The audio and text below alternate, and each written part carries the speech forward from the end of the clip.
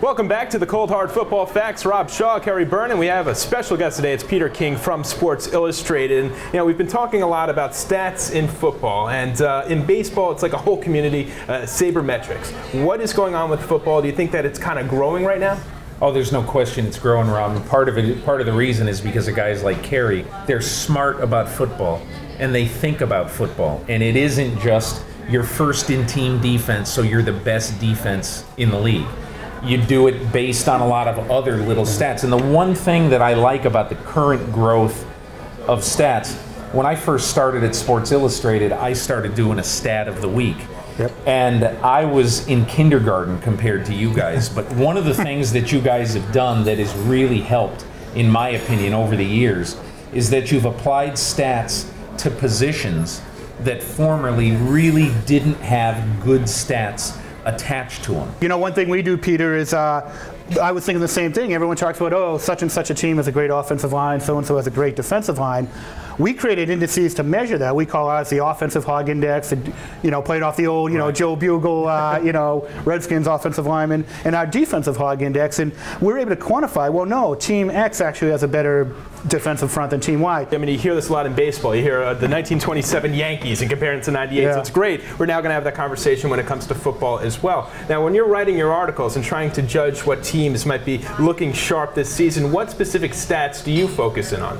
One of the things I like to look at for quarterbacks, because now I just wrote a story for the magazine this week about basically the rise of spread offenses and how it's basically making it a ping pong game, so that now a quarterback like Alex Smith truly has a chance to be a really good player.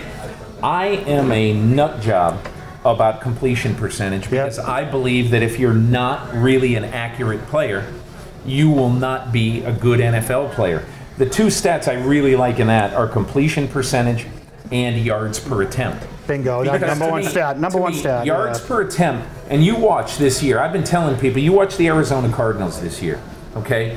You're going to see Derek Anderson slide down on that. And all of a sudden, middle of the season, I bet everybody's going to wake up one Sunday morning and say, who is Max Hall?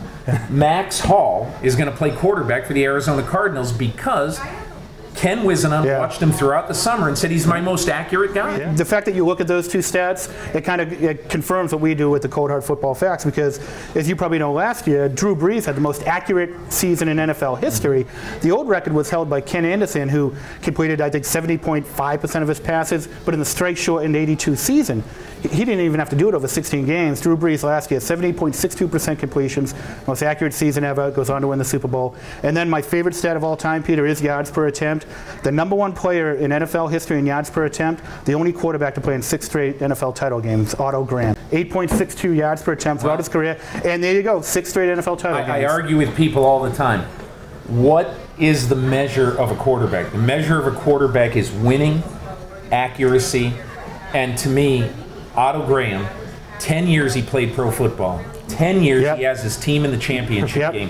He wins 7 championships. Who can be better? That's why, to me, and people laugh, I say Don Hudson, best wide receiver, Otto Graham, best quarterback. Let's bring on someone who started his career when Otto Graham was playing. I'm talking about Brett Favre. Brett Favre here, folks. Look, he's definitely a lightning rod when it comes to statistics. Oh, really? He's been around so long that his numbers are remarkable. And look, the guy's won Super Bowls. He's a great player. A Super Bowl. Okay, but how good is Brett Favre in your opinion? Right now, his legacy. You look back. His legacy, I think, I mean, look, the last 3 years that he's played, okay, 2 of those years have been marred by horrendous decisions. The first in the Giants championship game when he was with Green Bay, threw the ball right to Corey Webster.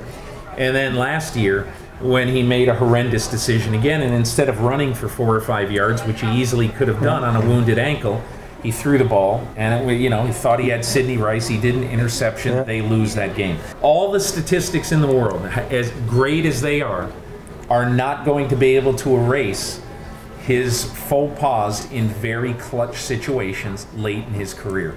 And I'm a big Brett Favre fan in terms of what he brings to the game and how exciting he is, the drama, everything like that. Lots of drama. The Q rating. There's no way I can put him in the top 3-4 quarterbacks of all time after what he's done in the last 3 years. Yeah. Music to your ears? Even before the last 3 or 4 years, because you go back to the 2001 divisional playoffs, the 6 pick game. We talked about that earlier, Rob.